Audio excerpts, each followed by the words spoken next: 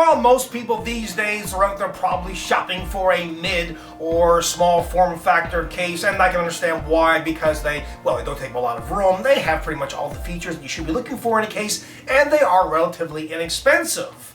Well, others are looking for products like this, primarily enthusiasts, people who want to have a multiple video card setup, lots of room to work on the inside, extra features that you're not going to find in mid or small form factor cases, plus water cooling potential. I'm Rodney Reynolds, and this is my gigantic friend, the Nanoxia Deep Silence 6 case. The box, it's just ridiculously large, has lots of pictures as well as features and specifications about the product.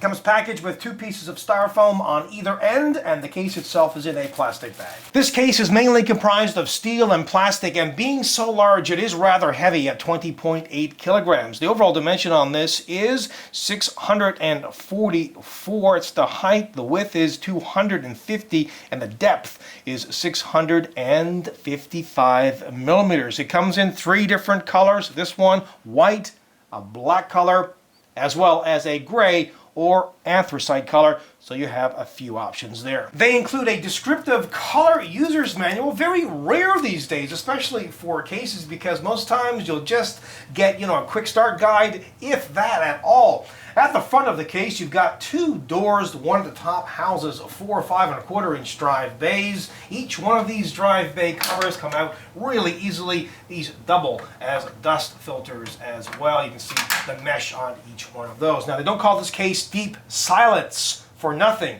because they have acoustic dampening material throughout the case. At the top here, they have their logo stamped, Nanoxia in the case, a reset button, and you can adjust the speed of the fans. Down below, are the fans, more acoustic dampening material. Let's have a closer look. They include 2 140 millimeter intake fans, and would you look at this? Press here firmly, and you can take the fan out if need be. I think that's pretty neat. The same goes for the bottom one as well. Note that they have ventilation on either side of this front panel. Now, there's a windowed version of this case, and I'll show you what it looks like on the screen so you can get a better idea. Quite a large window. This model, though, doesn't come with one. Rather, it has this panel on the left side panel. You can remove that. I'll show you how that works a little later on in the video review, but alternatively, you can take it off if you don't want, it in silence mode, and you can install either 2 120 millimeter or 2 140 millimeter. Perfect if you want to direct some cool air, on top of the motherboard and on top of the video cards. At the top, there's a lever. If you push it forwards, these 2 panels come up. Okay, so let's have a closer look at this in operation. Open, closed, open, closed. Very easy to do so. Oh, and by the way, just below each of these, there's acoustic dampening material, and at the top, they do include 2 140 millimeter exhaust fans. At the front top, there's a quality power button. Around it is a power LED, and hidden away, there are 4 USB 3 ports, 2 USB 2 ports, as well as a microphone and headphone jack. At the back of the case, at the very top, are 4 rubber grommeted holes. Here is where the motherboard's I/O shield plate would get installed. They include a 140 millimeter exhaust fan, extra ventilation, as well as 10 ventilated expansion slots.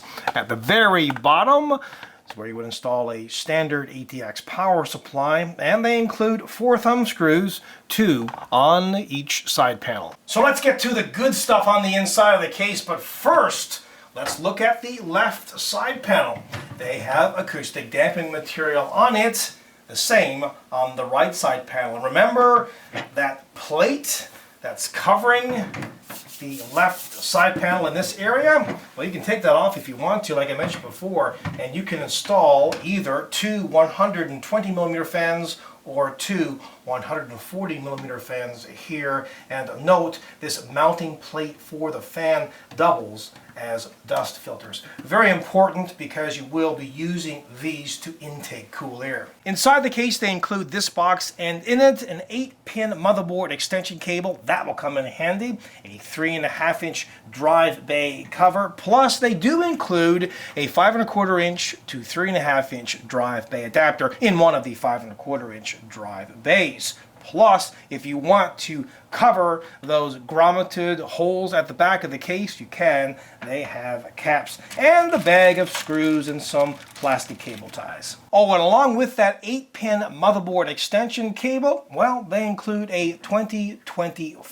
motherboard extension cable as well. As I mentioned previously, there are 4 5.25-inch drive bays. Each of these has a toolless design. You can install up to 13 3.5-inch or 2.5-inch drives in these drive cages. This drive cage, by the way, can be removed. 10 here and 3 here. And note that each of these drive trays are steel, very rigid, plus they have rubber grommets on them. While the motherboard tray in this case is not removable, they do have a large hole on it for the cooler's retention plate, plus many other rubber grommeted holes for routing cables behind the motherboard tray. And there's lots of space behind the motherboard tray and the right side panel, even though the right side panel does have acoustic dampening material on it, plus lots of punch outs on the motherboard tray to attach those cables. Now, speaking of motherboard trays, what form factor motherboards can you install in this case? Well, you can install an HPTX, Extended ATX, Extra Large ATX, Standard ATX, Micro ATX, or Mini ITX. I don't know why you would want to install a Mini ITX motherboard in this case, but hey, you have that option. At the bottom of the case, if you remove this drive cage, you can install up to 2 120mm fans or one 140mm fan. Here is where the power supply gets installed. They include 4 rubber rests for the power supply to lodge on, and also there's some foam here on the back of the case where the power supply mounts up against it. That's good to cut down on vibrations. Now there's an option to install up to either 2 120mm or 2 140mm fans on this bracket. This is removable, 4 thumb screws, 2 at the top, 2 at the bottom. You will need to take off this drive cage though to either mount fans or a radiator on this. Radiator options, well, a 120, 140, 240, or a 280. Okay, so again, at the top of the case, you can install up to 3 120mm fans or up to 3 140mm fans. They do include 2 140mm exhaust fans now. Alternatively, you can install radiators up here from a 120 all the way up to a 360. So next, let's go through the video card and power supply length as well as the cooler height. You can have a video card that is up to 400 millimeters in length. Power supply length will vary. It depends on whether you have this drive cage installed or not. With it installed, you can have a power supply that's around 230 to 240 millimeters in length. Otherwise, you can have one that is 400 millimeters in length. Not that there's a power supply that long, but you can do it. As for cooler height, you can have a cooler that is up to 200 millimeters in height. No fancy toolless design here on the expansion slots, and really it's not necessary. Thumb screws are just perfect. And note that all of the 3-pin fan leads are sleeved. So let's have a quick peek behind the motherboard tray. Again, you've got plenty of space behind it and the right side panel. Note how they've organized the cables back here. Get them out of the main part of the case, put them behind the motherboard tray. It really makes things look neat and tidy, plus it does increase airflow inside of the case. Also, they do include a fan hub. You can connect up to 3 fans on this, but they do include a splitter that has 4 on it, so you can attach up to a total of 6 stock. At the bottom, they include 4 feet, and each one of these has a rubber insert. Note that the feet are rather tall, and this is good, especially if you're putting the case on a soft surface like carpet, as well as a removable dust filter. Finally, have a listen to the stock cooling. First, I'll start at the minimum speed all the way up to the maximum speed.